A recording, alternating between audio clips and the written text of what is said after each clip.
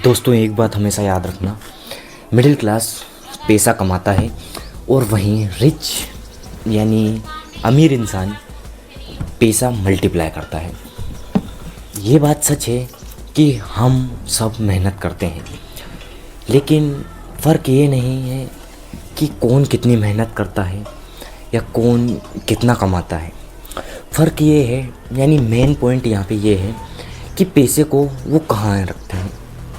समझ रहे हो?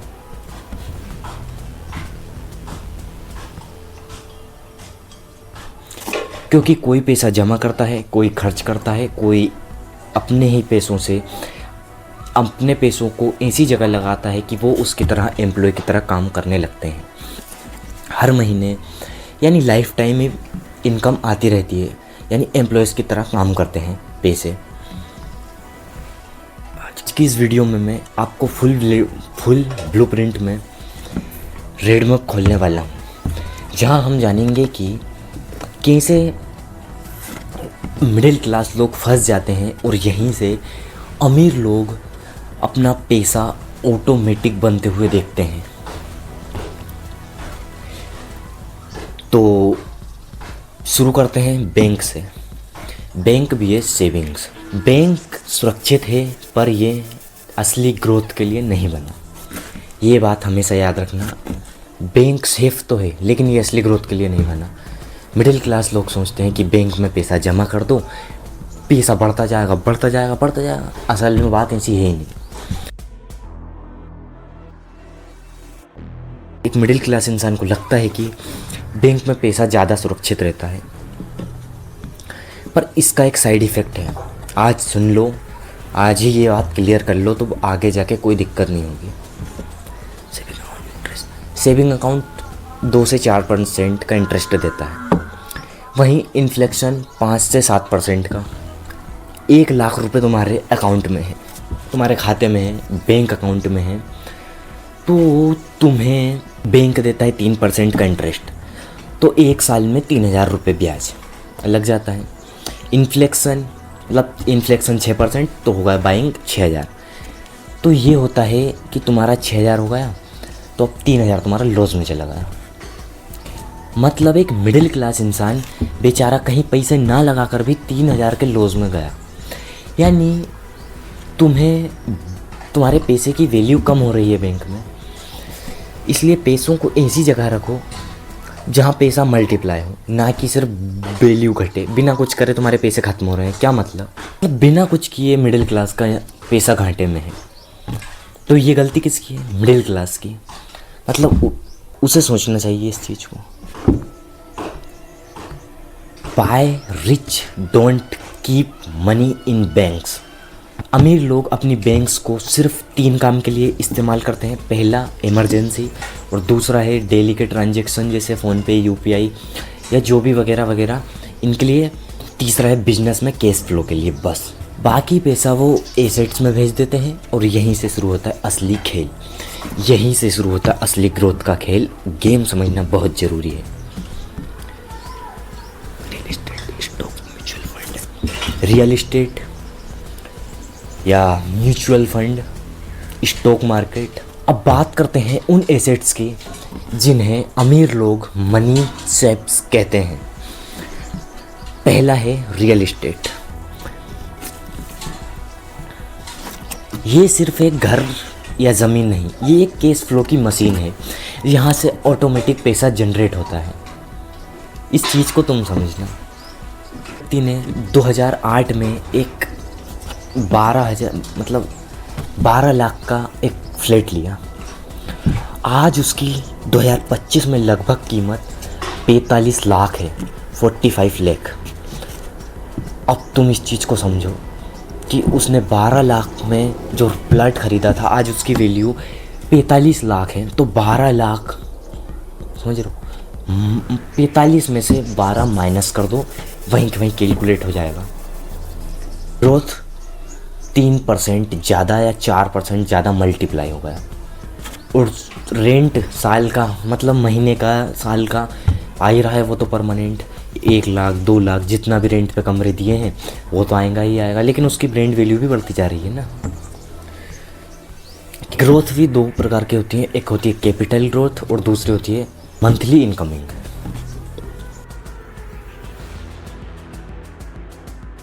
Double earning growth.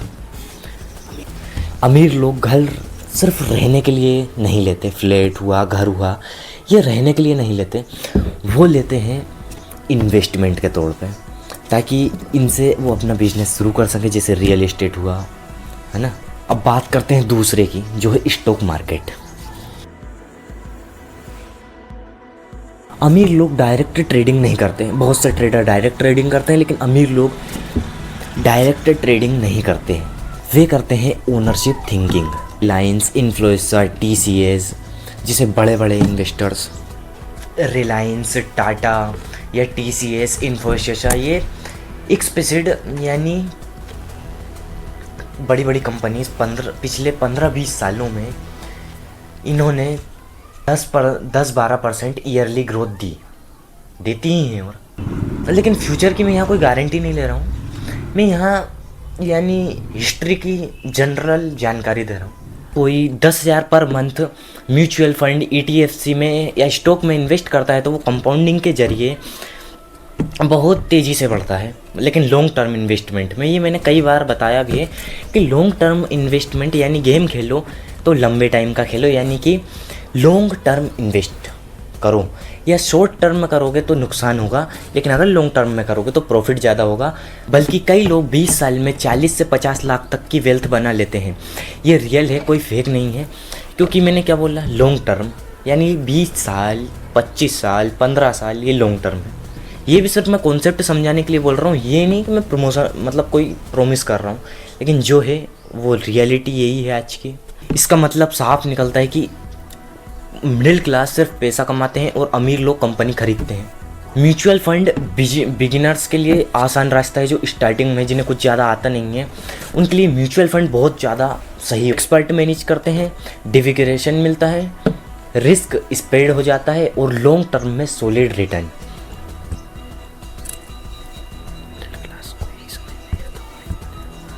Middle class को बस यही समझ नहीं आता, वो सिर्फ 3% के इंटरेस्ट पर बैंक में खुश हैं।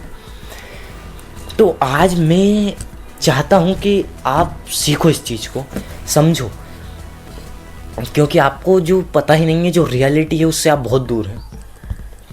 तो बैंक के पीछे मत भागो, 3% का इंटरेस्ट मिल रहा है तो कंपाउंडिंग इन्वेस्टमेंट के पीछे जाओ। इससे लॉन्ग टर्म का गोल रखो, जिससे अच्छा खासा प्रॉफिट मिलेगा। बस बड़ी बड़ी कंपनियां हिस्ट्रिकली यानी 10-12% का रिटर्न दे चुकी हैं हिस्ट्री में, और आगे भी देंगी। ये मेरा पर्सनल जो है वो कहना है, क्योंकि मैं एवरेज को देख के कह रहा हूँ।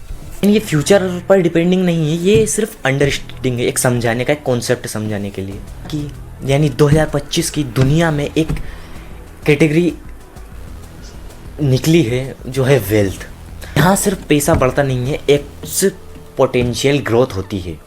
चलो 3 सबसे बड़े डिजिटल एसेट्स को समझते हैं बिल्कुल एजुकेशनल और बिल्कुल सही तरीके से। पहला है क्रिप्टो एक एवरग्रीन डिजिटल कैटेगरी है, हाई रिस्क और हाई वोटिलिटी लाती है। इसमें से कुछ लोगों ने बहुत कमाई भी की और इसमें से कुछ लोग कंगाल भी हुए हैं।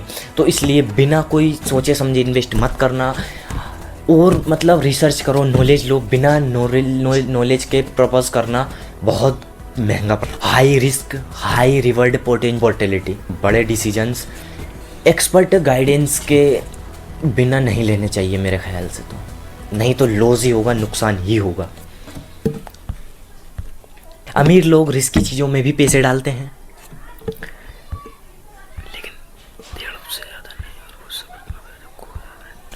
लेकिन वो 1%, 1.5%, 2% से ज़्यादा पैसे नहीं डालते, ताकि अगर वो लॉस भी हो जाए तो कोई फ़र्क ना पड़े।